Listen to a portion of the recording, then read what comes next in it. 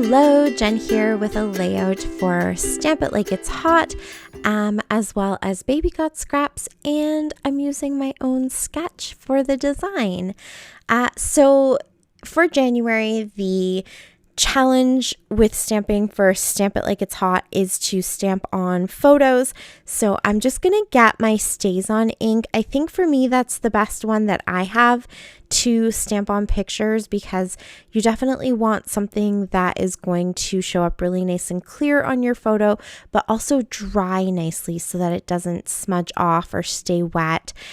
Now, I tend to print my photos either in glossy or pearl, and so the Stays On works pretty well for those.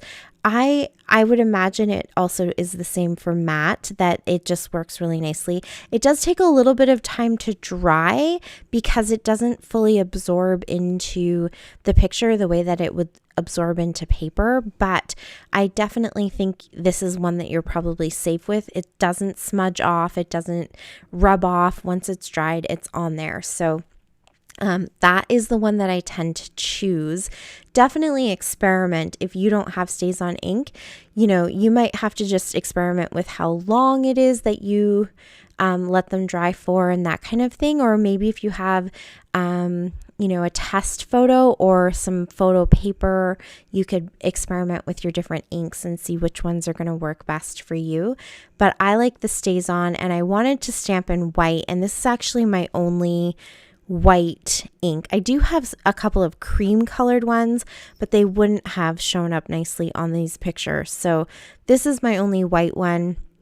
I definitely wanted it to be really nice and gushy so that it was super opaque and stamped really clear. So I re-inked it. I tend to do that because this isn't an ink pad that I use very often. I'm always wondering, the next time I open it up, if that's going to kind of be the last time I'll be able to use it. But so far, so good. So I just re-inked it a little bit, let it sit to the side, pulled out some stamps, and that gave it enough time to kind of soak in so that I could go ahead and use it. And I just stamped a few little Christmassy stamps right onto the photos. That's kind of my title. I'm using my own sketch. So if you go back to the beginning, you can screenshot that or head over to my Instagram page or my Facebook page actually, and you can see that that sketch and you can grab it for yourself. But I do kind of have the title right over the photos or on the photos. And so I figured I would go ahead and stamp right on those pictures. So definitely stamp on them. Try not to rock your stamp back and forth too much, especially on glossy photos. You might find that your stamp pad slips a little bit. So you want to be pretty quick and kind of smooth with it. So once you put it down, try not to lift it up or rock it or squish it too much. I do rock a little bit just to make sure that all the edges of my stamp are actually touching. But this is a great opportunity to pull out a stamp platform if you have them. What am I thinking of? There's like the We Are Memory Keepers one, or your Misty, that kind of stuff. That might be your safest bet if you're worried that your hand isn't steady enough to kind of stamp down and, keep the stamp down there and actually get it pushed down nicely. Definitely use your stamping platform. Is that what they're called? Stamping platforms? It sounds good in my head, so that's what I'm going to go with. And then also playing along with Baby Got Scraps. And so the goal for that one, it's a month-long hop, and basically you want to grab one 12 by 12 paper, and the rest of your paper should all be scraps. So I have my background paper. I did a little splatter of some white gesso to do my splatters. That's also in my sketch. And then it's just a piece of cardstock, like a textured cardstock. And then here I've pulled out a whole bunch of scraps from my Christmas stash. I tend to keep smaller pieces of my Christmas scraps than I maybe would for other types of papers, just because, for for all of my occasions papers, I think, because those are the ones I don't tend to replace as often. And so I want to keep all those little bits rather than throwing them out. And I feel like, especially doing December daily, there's a lot of opportunities to use up even smaller scraps because my December dailies tend to all be smaller albums. So I always have a page protector filled with all of these little scraps. They're all random. I could probably tell you where some of the papers come from. Let's see, there's definitely some Bella Boulevard in there. There is some photo play paper. There is some Close to My Heart. And I think Echo Park. Oh, and Recollections, one of their just sort of like no-name Recollections paper pads, like a Hop iPad. I think that's probably where most of that comes from. But when they are scraps this small, I really don't keep track of that. I just throw them all into that page protector and then I can pull them out. And probably more than any other occasion. Well, no, I'm misspeaking again. Occasions like Christmas, Valentine's, Easter, St. Patrick's Day, even Halloween, all of those kind of holiday occasions. I feel like most of the papers are somehow going to match each other no matter where they come from, especially when they're scraps this small. You can't go wrong with reds and greens. So, I just mix them all together. I don't keep them with their collections once they start to get small like this. So I just pulled out a bunch of those scraps and they were the perfect sizes to go ahead and make the layered strips that I have in my sketch. And so that was really easy. This sketch works well with Baby Got Scraps. So I will probably do it a few more times throughout the month, just kind of play along and see all the different things that I can do with this sketch. You are also more than welcome to use my sketch as much as you would like. Tag me if you want. I would absolutely love that, but you don't have to. I'm just creating them for you guys to go ahead and be inspired by them. But if you do want to tag me, I was thinking that maybe every 3 months I would go and see everybody who's tagged me on Instagram or on Facebook, or even just sent me a little message to let me know that they used my sketch. However you want to do it.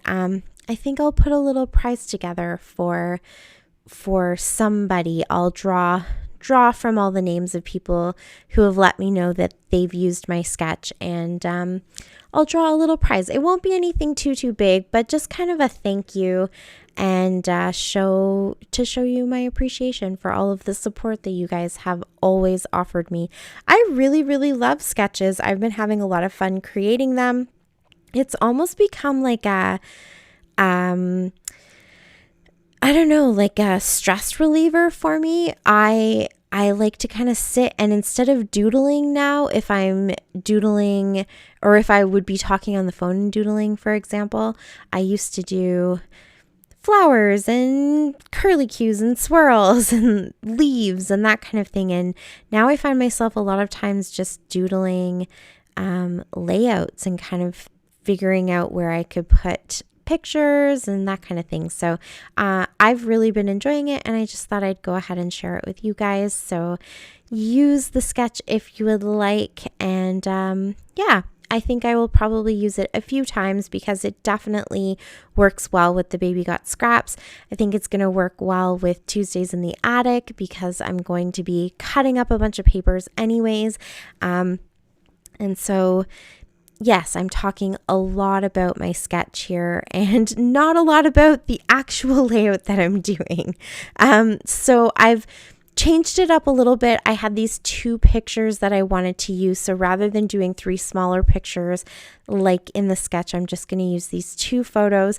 And then you can see how I put my little stamps so that they're both kind of centered, and then that's roughly about where I have the title in my sketch anyways, is on that center photo. And so I thought that would kind of work well to represent a bit of a title for for this layout. And these are just some pictures I took way back in 2015, actually, in Banff. So I'm not sure, I can't remember. I should have written it down, but I don't think it was super important at the time. But I got my oldest son in a picture with the Santa, and then I have my daughter and my youngest son in a different picture with the Santa. So I'm not sure if they just all weren't together at the same time, or if one of them was off, shopping with their dad.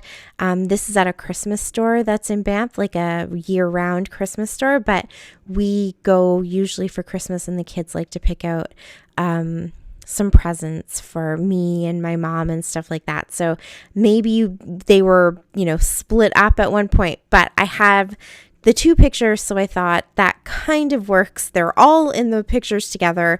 They can't say that I am playing favorites, and the Santa isn't a real Santa. It's just like a giant Santa that sits on this beautiful display. So yeah. Anyways, that was also a very long explanation for these pictures. Yeah. Okay. So I cut up all of my strips and kind of placed them where I needed to place them. Again, because my pictures aren't the same, I sort of put them down first, and then I'm building those two center layers. I'm kind of building those around the photos because I wanted it to make sense when you looked at it. And definitely this second strip, the one I'm working on right now, it wouldn't necessarily carry all the way through the pictures, and you wouldn't see it coming out on the other side. So I kind of am just building it right here, but I didn't want to put those strips down and basically use up all of that paper that you're not going to see. So I figured I'd be able to kind of, piece it together and make it look like it actually continues under the pictures. And then for that third strip, I guess you could say, I have to have it kind of carrying on past the pictures. So most of it is eyeballing. I used a piece of paper just as a straight edge to get the black strip to go straight across. And then as soon as that was down, I was able to eyeball the rest of it. And I knew that there would be some embellishments in there. So if it's not exactly perfect, I'm okay with that, because I think with the amount of layering that there is and all the patterns and colors and then the embellishment, I don't think most people would pick up if it wasn't exactly straight across. And I just varied all of the patterns. I just picked what I saw in my stash and what I liked, and kind of cut a few strips from each of the patterns, and then I just have them kind of mixed up throughout each of the clusters, I guess you would call them, or the layered strips. In my sketch, I have the colors pretty distinct, and so I think I used 4 different colors, and I thought that would make it look really nice and clean and crisp. But in this particular layout, I just felt like all the patterns, again, it's because they're all kind of in those traditional colors, except for the one that I picked that's the navy blue with the little Christmas trees on it. I just felt like you could mix up the patterns. And obviously, using my sketch, you can mix up the patterns. You can do whatever you want. The sketch is really just a jumping off point, right? It's just to kind of spark an idea and provide a little bit of inspiration. But I think like for this particular layout, all those different colors and the different patterns, they all still kind of read like they're very, very similar. And I did make sure to repeat the patterns at least twice. I think there might only be one that I have in there just once, but again, it's just in that second little row, and because there's not a lot of it showing, you can't necessarily tell what pattern it is and that it hasn't been repeated. But for the most part, I repeated many of those patterns at least twice. So it still looks very intentional and purposeful and, kind of planned. But yes, I think, interpret that how you want with the sketch, but sometimes it comes off and it works really well, and other times you might want it to be a little bit more clean. I also eyeballed cutting a lot of these strips, but you could definitely use your paper trimmer and have them all be nice and straight. I just thought, well, I don't tend to measure all that often or use my paper trimmer, but also with so many different patterns going in different ways and lots of bright, bold colors, I don't think your eye can necessarily pick out that any one particular strip may or may not be as even or straight as another one. So I'm okay with that and kind of just, let it go with the flow. But you could make this look really, really nice and clean on a white background with super straight strips of paper and, only a few colors. So that's kind of what I envisioned when I created the design for the sketch. So I just popped down a bunch of embellishments. Whoops, I just kicked my water. I just popped down a bunch of embellishments.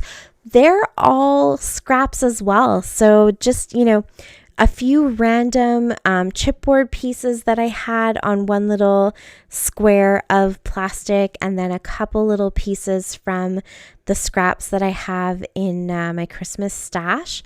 And so I think that that's kind of fun too, and they really mix well with each other. They're a bunch of different textures, and there's the, sticker, and some are flat, and I put some little words in there too, and then some of them are more kind of puffy, and yeah, I think they all kind of come together nicely because there's that element of kind of whimsy and just, lots of different things kind of thrown in. And that definitely matches the pictures because you can tell, it's hard from here, but you can tell that in that display, there's a lot of different things being pulled in because it's a store. So I feel like the mismatch kind of works with the pictures.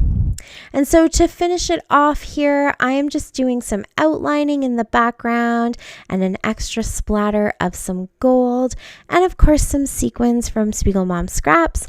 And that's it. That is my layout. Thank you so much for watching. I really appreciate it. Please check out all those links down below, and until next time, happy scrapping. Bye.